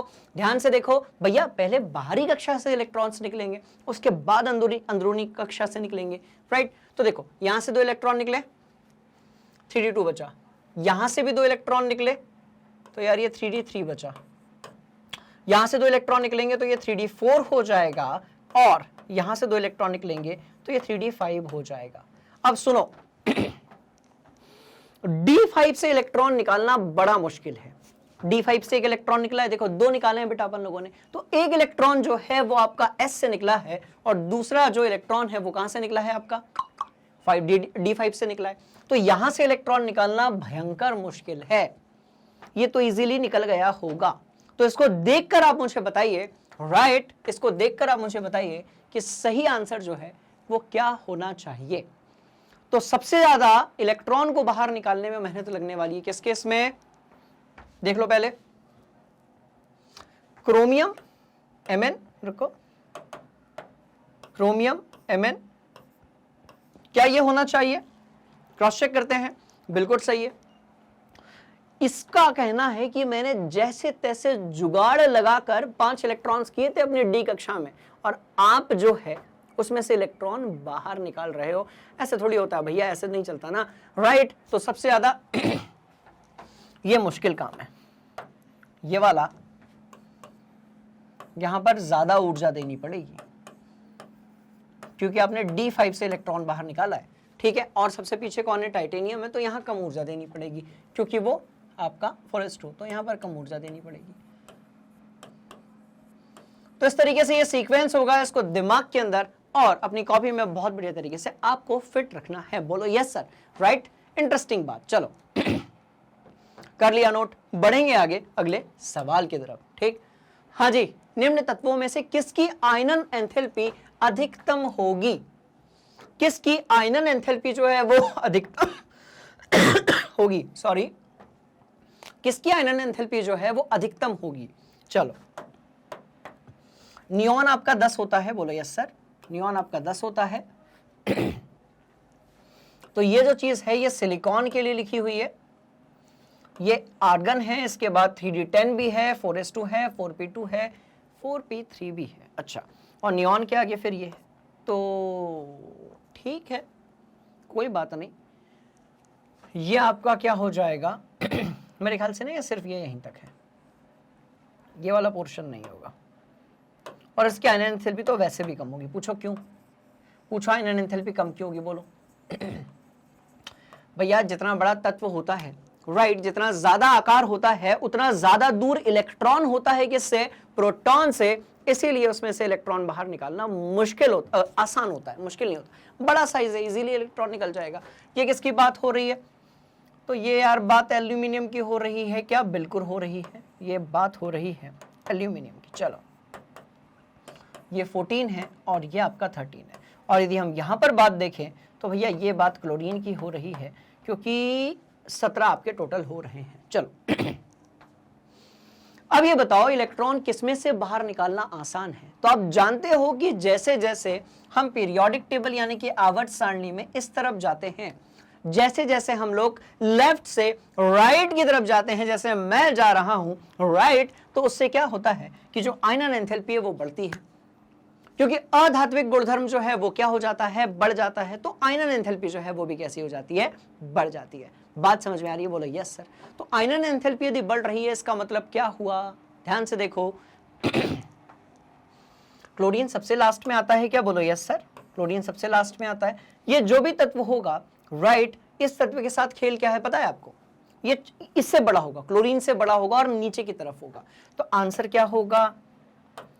आंसर होगा आपका chlorine. This must be the correct answer. बात समझ में? क्योंकि क्लोरीन का अधात्विक कैरेक्टर्स जो है वो बहुत ज्यादा है और क्लोरीन जो है इन सब में सबसे तगड़ी अधातु है आपकी। बात समझ में आ रही? तो जितनी अच्छी अधातु होगी उससे इलेक्ट्रॉन को बाहर निकालना उतना ही कैसा होगा? मुश्किल होगा, राइट? इंटरेस्टिंग ये कहानी है, इसको अपनी कॉपी में नोट कीजिए। हमने भी क्रॉस चेक कर लिया है, पक्का? चलो आओ अगले सवाल की तरफ। मैं कह रहा हूं निम्न आइसोइलेक्ट्रॉनिक स्पीसीज में आयनिक त्रिज्याओं का सही घटता क्रम क्या है? ध्यान से देखो, आयनिक त्रिज्या, ज्यादा प्रोटॉन यानी कि पॉजिटिव चार्ज, कम आकार। और याद रहे ये सिर्फ किसके लिए एप्लीकेबल है? आइसो इलेक्ट्रॉनिक स्पीसीज के लिए, राइट? तो अब भैया जिसके पास प्रोटॉन ज्यादा है, मतलब उसके पास धनावेश भी ज्यादा है। ध्यान से देखो, मस्त वाली बात है। मतलब जिसने ज्यादा से ज्यादा इलेक्ट्रॉनों को दान कर दिया है, राइट, जिसने ज्यादा से ज्यादा इलेक्ट्रॉनों को दान किया है उसके पास उतना ही ज्यादा पॉजिटिव आपका क्या होगा? चार्ज होगा। मतलब ज्यादा प्रोटॉन, मतलब यहां पर पॉजिटिव आएगा, है ना? यहां पर ई भी आएगा। चलो मतलब ज्यादा धनावेश, लिख दो, धन धन धन धन धन नॉट धान, धन आवेश, मतलब ज्यादा क्या होगा आपका, धनावेश होगा। बड़ी इंटरेस्टिंग है कहानी। ज्यादा क्या होगा, धनावेश होगा, वो सबसे छुटका होगा भैया, ज्यादा धनावेश। तो ज्यादा धनावेश यदि होगा, इसका मतलब ये कि आकार जो है वो बहुत कम होगा। बात समझ में आ रही है? तो भैया जो बड़ा है, तो ऋणावेश यदि ज्यादा होगा तो आकार कैसा होगा, ज्यादा होगा। सिंपल सी कहानी। तो आकार का सीधे सीधे लेना देना होता है त्रिज्या के साथ में, मतलब कि ऋण आवेश के साथ में, ऋणावेश। तो देख लेते हैं सबसे ज्यादा ऋणावेश किसके पास है। तो सल्फर के पास है, 2 नेगेटिव है। क्लोरीन के पास है, हाँ ये बिल्कुल सही है। चलो खेल खत्म हो गया यहाँ पे। नेगेटिव, थोड़ा कम नेगेटिव, पॉजिटिव, थोड़ा भयंकर वाला आपका क्या होगा, पॉजिटिव होगा। बात समझ में आ रही है? तो इस तरीके से ग ऑप्शन आपका जो है वो कैसा होना चाहिए, सही होना चाहिए, क्योंकि घटता क्रम है। कैसा है, घटता क्रम है। यदि आपसे कोई बोले कि सबसे छोटा कौन है, सबसे छोटा कौन है, तो वो कैल्शियम का आयन होगा, और सबसे बड़का जो है वो कौन सा होगा, आपका सल्फर का आयन होगा। इंटरेस्टिंग ये कहानी है, इसको अपनी कॉपी में नोट कर लीजिए। चलो देखो, बिल्कुल सही है, मजेदार, गर्दा उड़ा दिया अपन ने तो। चलो आओ, निम्न में से किसके आयन का इलेक्ट्रॉनिक विन्यास है, इतना तगड़ा सवाल। निम्न में से किसके आयन का इलेक्ट्रॉनिक विन्यास जो है वो Ar3d6 है। आयन की बात हो रही है, आयन की बात हो रही है ना? तो सबके अपन बना लेते हैं। चलो भैया, Ni हो गया, Mn हो गया, Fe हो गया, CO हो गया, CO सबका लिखेंगे इलेक्ट्रॉनिक नंबर लिखेंगे पहले अपन। चलो आ जाओ। Ni is 28, this is 25, this is 26 and cobalt is 27। ठीक है, चलो सही है ना, परमाणु क्रमांक तो सही लिखा हुआ है। हाँ जी, आगे बढ़ते हैं थोड़ा सा। चलो आओ। तो यार इसके लास्ट में आपका आएगा 4s2। एक काम करते हैं, हाँ चलो 4s2 और 3d8, यहां पर आ जाएगा 4s2 and 3d5, यहां पर आ जाएगा 4s2 and 3d6, और यहां पर आ जाएगा 4s2 and 3d7। बोलो यस सर।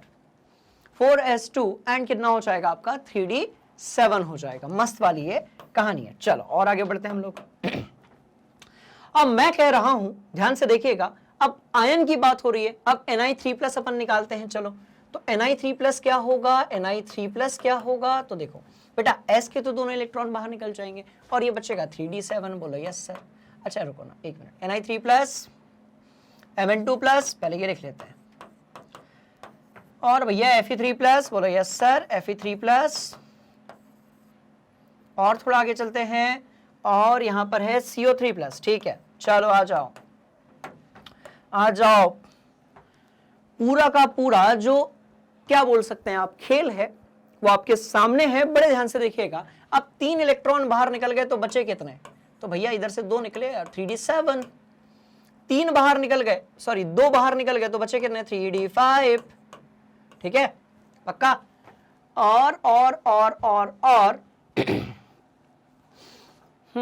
Fe की यदि हम बात करें, इसमें से 3 इलेक्ट्रॉन्स बाहर निकले हैं, तो यदि इसमें से 3 इलेक्ट्रॉन्स बाहर निकले हैं तो 2 यहां से निकले, किधर से, 3d5, और यदि यहां से 3 इलेक्ट्रॉन्स बाहर निकले हैं, इसका मतलब 2, देखो 2 S से निकले। बोलो यस सर। और एक कहां से निकला, आपके D से निकला ना यार। कितने हो गए आपके, 3d6 राइट। और उसके पहले अपन कैसे लिखते हैं बताओ बेटा, आप याद करो। इन सब के इलेक्ट्रॉनिक विन्यास में हम इसके पहले क्या लिखते हैं, Ar यानी कि आर्गन ही तो लिखते हैं, जिसका परमाणु क्रमांक कितना होता है, 18 होता है, और 18 के बाद अपन ऐसे लिख देते हैं फिर। तो ये आंसर जो है ये अपना होना चाहिए। अपन करते हैं क्रॉस चेक, राइट। और कहानी बिल्कुल सीधी है, क्योंकि कॉन्सेप्ट बिल्कुल क्लियर है। बात समझ में आ रही है, बोलो यस सर। बढ़ेंगे अगले सवाल की तरफ, पर पहले आप इसको अपनी कॉपी में नोट करेंगे। करो, पक्का। चलो अब आगे और मजा आने वाला है। अब जो है निम्न में से गलत कथन जो है वो आप लोगों को बताना है। इंटरेस्टिंग ये कहानी है, ध्यान से देखो। भैया गलत कथन बताना है। अब बात हो रही है सम इलेक्ट्रॉनिक स्पीसीज की, बात समझ में आई। इसका मतलब ये कि ऐसी जिनके पास इलेक्ट्रॉनों की जो संख्या है वो कैसी होती है, एक समान होती है।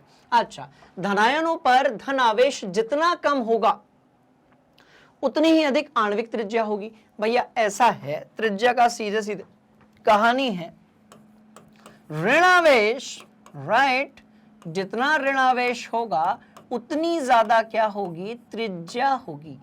जितना ऋणावेश होगा उतनी ज्यादा क्या होगी, त्रिज्या, त्रिज्या, त्रिज्या, त्रिज्या, त्रिज्या होगी। That's all.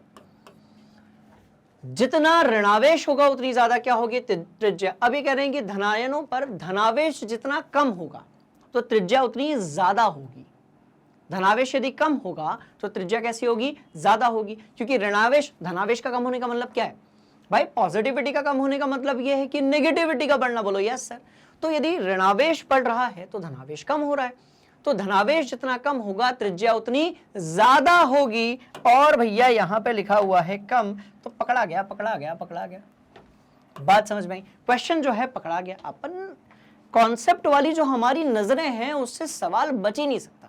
बात समझ में, कितना घुमाओगे जनाब, बात समझ में आ रही है। अपन नहीं आने वाले पकड़ाई में इनके। चलो, तो पहला जो सवाल, पहला जो पार्ट है इसका, वही क्या है आपका गलत है। बाकी क्रॉस करने की जरूरत है ही नहीं, क्योंकि एक गलत होगा बाकी सब कैसे होंगे, सही होंगे। तो यही अपना होगा आंसर। बड़ी इंटरेस्टिंग कहानी है। चलेंगे अगले सवाल की तरफ, राइट। चलो आ जाओ। निम्न में आयनिक त्रिज्याओं का कौन सा क्रम सही है? भाई सीधी सी बात है कि जितना नेगेटिव उतने इलेक्ट्रॉनों की संख्या ज्यादा, उतना इलेक्ट्रॉनों के बीच में रिपल्सन यानी कि प्रतिकर्षण बल ज्यादा, राइट, और उतना बड़ा आकार। तो जितना नेगेटिव, ध्यान से देखिएगा, जितना नेगेटिव उतना बड़ा। तो जो नेगेटिव होगा उसका आकार यानी कि साइज ज्यादा होगा, और जो पॉजिटिव होगा उसका आकार यानी कि साइज कैसा होगा, कम होगा। सीधी सी एक कहानी है, ध्यान से देख लो। चलो तो अपन ठीक है ना, फिर क्या कर रहा हूं मैं, ठीक, आ जाओ। नेगेटिव वाले, एक ये नेगेटिव है, इस पे अपन टिक कर लेते हैं। ये तो भाई पॉजिटिव नेगेटिव नेगेटिव, ये तो उल्टा लिखा हुआ है, ठीक है, तो ये तो गलत हो गया। नेगेटिव पर ये ज्यादा नेगेटिव है। ऑक्सीजन आगे होता, फ्लोरीन पीछे होता तो ये सही होता, पर अभी गलत है, ठीक है, क्योंकि छोटा आपका होगा F नेगेटिव और O2 नेगेटिव ज्यादा बड़ा होगा। ये तो वैसे ही गलत हो गया, पॉजिटिव है सबसे बड़ा। ये देखो, ये बिल्कुल सही होगा। क्यों बिल्कुल सही होगा? क्योंकि भैया हाइड्रोजन का आयन नेगेटिव आयन है, एक इलेक्ट्रॉन गेन किया है। इसके पास में 2 इलेक्ट्रॉन है, बोलो यस सर।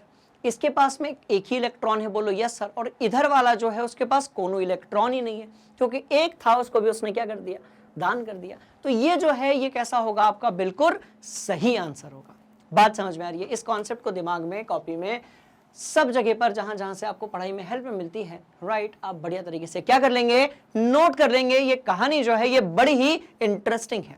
बात समझ में आ रही है? बढ़ेंगे आगे अगले सवाल की तरफ। और अगला सवाल ये है कि सर अब एमसीक्यू क्वेश्चंस तो हो गए हैं, एनसीईआरटी सॉल्यूशन भी हो गया है, बहुत सारी चीजें अपन ने इस पूरे चैप्टर की कंप्लीट कर ली हैं।